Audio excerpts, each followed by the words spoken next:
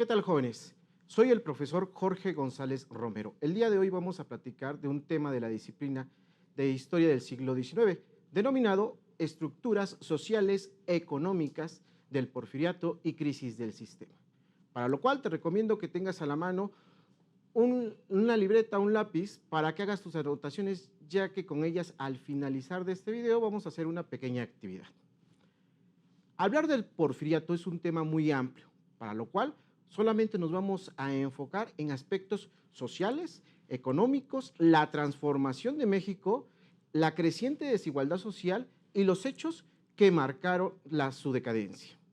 Pero ¿quién era Porfirio Díaz?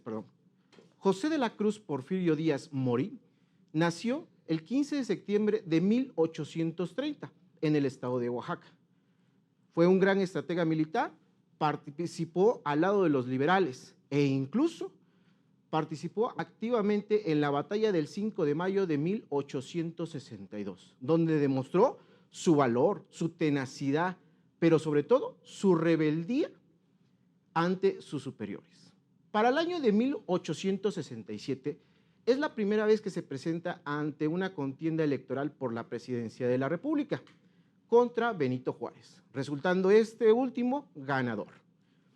En el comicio electoral de 1871 se presentan tres candidatos: Benito Juárez, Sebastián Lerdo de Tejada y Porfirio Díaz, resultando nuevamente ganador de dichas elecciones Benito Juárez. Ante esta situación, Porfirio Díaz promueve el Plan de la Noria, ya que dice estar preocupado por las instituciones nacionales, estar a favor de la Constitución de 1857 y estar en contra de la reelección continua.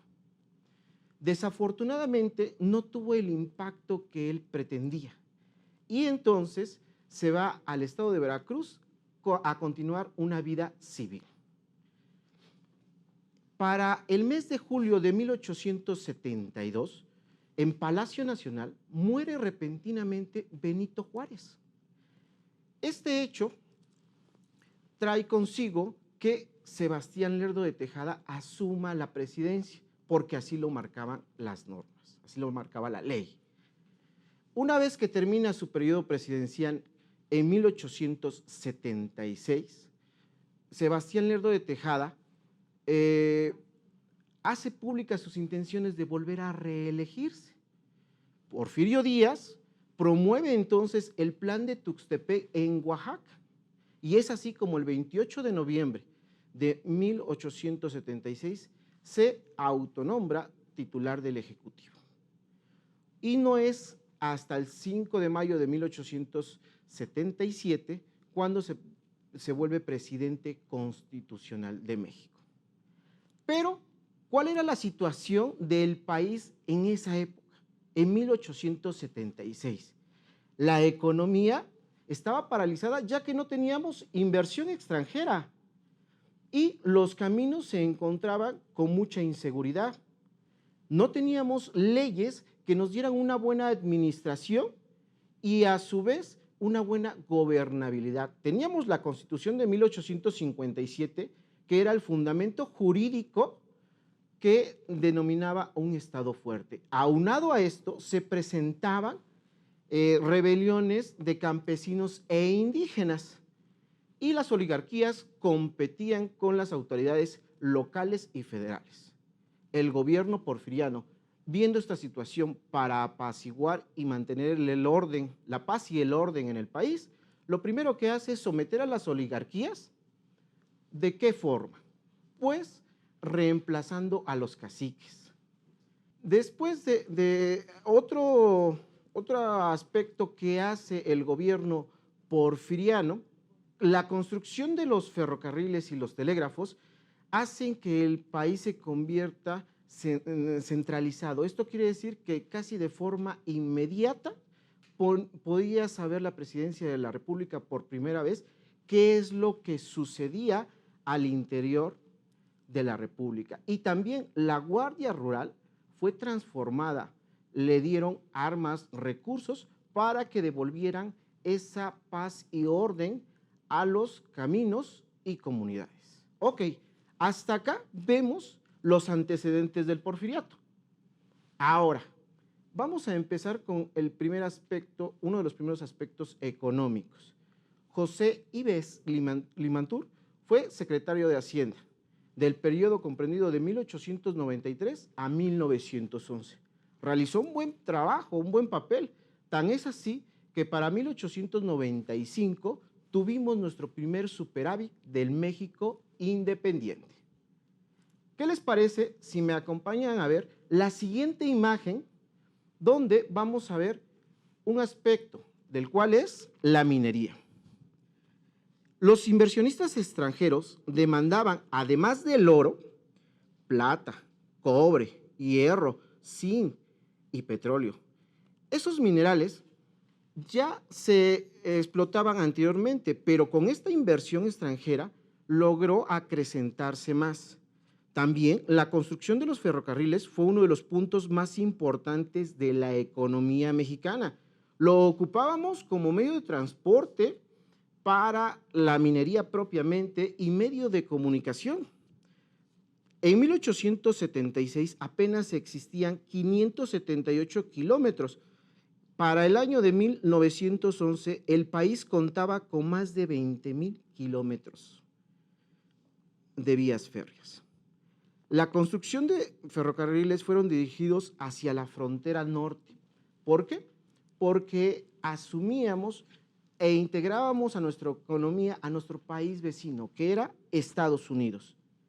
En la siguiente imagen vamos a ver otro aspecto de la economía del porfiriato, que es la industria y el comercio. En 1896 se abolieron las aduanas interiores y las alcalbalas. Esto quiere decir que cualquier persona que hacía un acto de comercio estaba obligada a pagar un impuesto. Y si todavía lo hacía de un estado a otro impuesto más, ¿no? Porfirio Díaz elimina estos impuestos y libera el comercio. Se crearon también fábricas e industrias que a su vez cambiaron el vapor por la electricidad. ¿Con qué fin? De poder acrecentar su producción y sobre todo reducir costos y que esto le generara mayor plusvalía para sus empresas. Todo aquello no lo podían haber hecho sin la intervención de los bancos. Una institución bancaria no nada más nos sirve para resguardar nuestro dinero, sino lo más importante es que nos otorgue un crédito. Y en esa época, ¿a quién le otorgaban los créditos bancarios? A comerciantes, a empresarios e incluso los hacendados.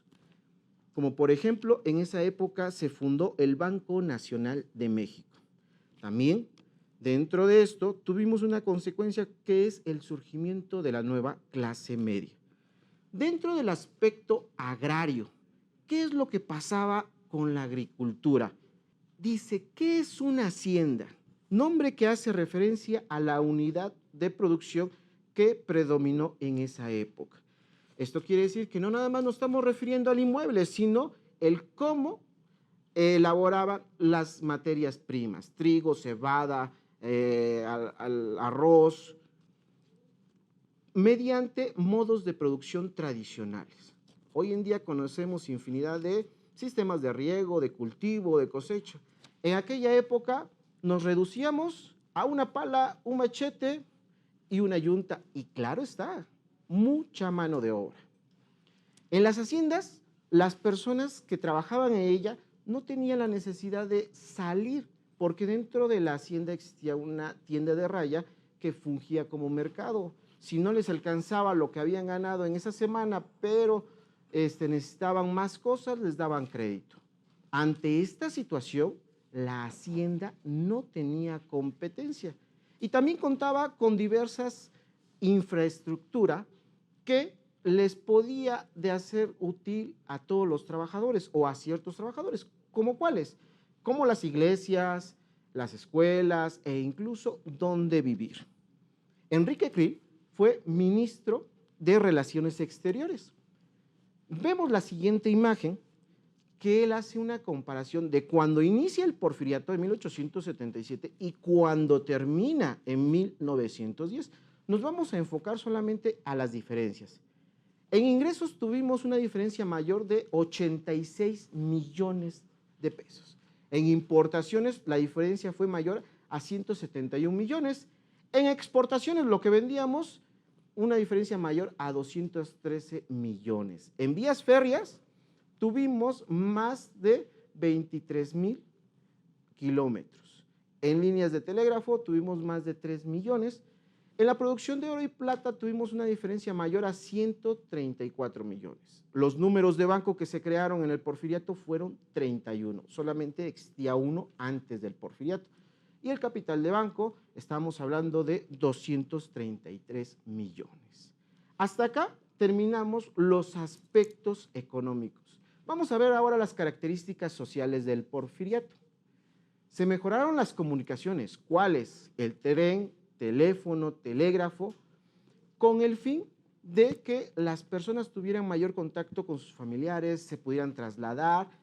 Ya no existían bandoleros. ¿Se acuerdan que habíamos dicho que la Guardia Rural se había encargado de ellos? Ante esto, el país tuvo una integración social y nacional. Las 3/4 partes de la población vivían en el campo. Empezaron a concentrarse en las ciudades por la modernización, por las fábricas, por el trabajo. ¿Como a cuáles? Ciudad Juárez, Monterrey, Ciudad de México e incluso Puebla capital. La población para el año de 1877 era de 9.5 millones y pasamos a ser 15 millones en 1910, con una diferencia muy pequeña del 0.4% de extranjeros, que representaban 60,000 extranjeros. Porfirio Díaz no le hizo mucho énfasis a la política, donde él aplicaba la fórmula: poca política, porque decía que el país no estaba preparado, y mucha administración para lograr ese desarrollo y transformación, existiendo así una verdadera revolución industrial en México. La mano de obra era barata, las jornadas largas y los salarios injustos. Claro está que los capitales y las tecnologías eran de los extranjeros. Ahora, ¿qué pasaba con el campo, pero desde un punto de vista social? Aparte de los hacendados, que eran los dueños de las haciendas, existían personas que eran los peones acasillados. Ellos vivían dentro de la hacienda y tenían durante todo el año trabajo, pero estaban casi obligados a comprar a las tiendas de raya, ya que muchas veces no les daban ni dinero, solamente vales. Si no les alcanzaba lo que ganaban, se endeudaban y esa deuda la heredaban hacia sus hijos. Había otro tipo de personas que eran los temporaleros. Ellos vivían afuera de las haciendas, eran personas libres, pero con poco trabajo, como su nombre lo dice, solamente por temporadas. Los arrendatarios eran personas que cultivaban las tierras de los hacendados a cambio de un pago anual. Y entonces, claro, sí, todo lo que cosechaban y todo lo que cultivaban era de ellos, porque ya habían pagado ese derecho, ¿no? Y los medieros, hoy en día los seguimos ocupando en algunos lugares, ¿no? Iba la persona, le decía al dueño, al hacendado: oiga, quiero trabajar sus tierras, pero no tengo para pagarle una renta. ¿Qué le parece si me da usted la semilla, una yunta? Yo trabajo, yo hago todo, y cuando terminemos, la mitad del producto es de usted y la mitad es mía. Otro aspecto muy importante también fue dentro de la educación. Estamos viendo en esta imagen que el 80% de la población era analfabeta. Porfirio Díaz se preocupa y ante esta situación incrementa escuelas oficiales, particulares, teniendo como resultado más alumnos. Se fundaron escuelas preparatorias, escuelas normales para maestros y maestras e incluso escuelas de arte y de oficios y, lógicamente, profesionales, dando así que fuera una época rica en pensadores y escritores. El punto más relevante de la educación porfiriana fue la fundación de la Universidad Nacional de México el 22 de septiembre de 1910. Todo esto no se pudo haber logrado sin el trabajo y la labor del abogado y escritor Justo Sierra, que también implementó los jardines de niño y decía que desde ese nivel hasta universidad se debería de enseñar a investigar y a pensar investigando. Otro aspecto muy importante fue la arquitectura que se realizó en el Porfiriato y fue una arquitectura europea, de estilo europeo y más que europeo, francés.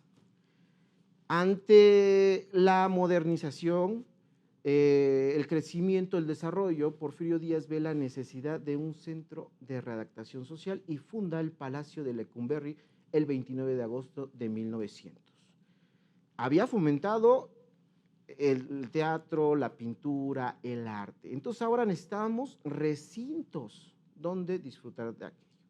Es así como funda el 27 de octubre de 1903 el Teatro Juárez. La Ciudad de México es la ciudad de los palacios y no podía faltar el Palacio Postal o la Quinta Casa de Correos, que se fundó el 17 de febrero, de 1907. También tenemos la Columna de la Independencia o el Ángel de la Independencia, que es en conmemoración al centenario de la Independencia. Fue inaugurada el 16 de septiembre de 1910.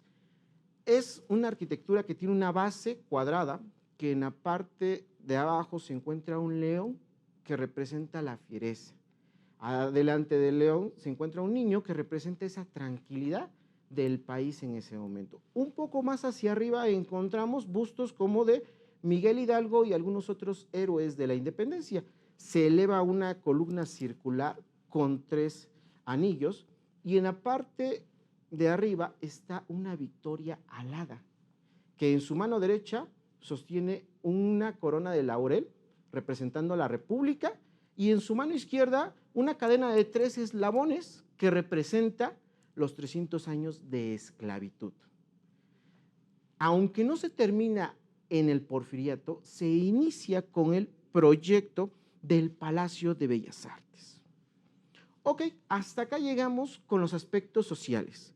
¿Cuáles fueron esos hechos que marcaron la crisis del sistema? ¿Me acompañas a ver la siguiente imagen?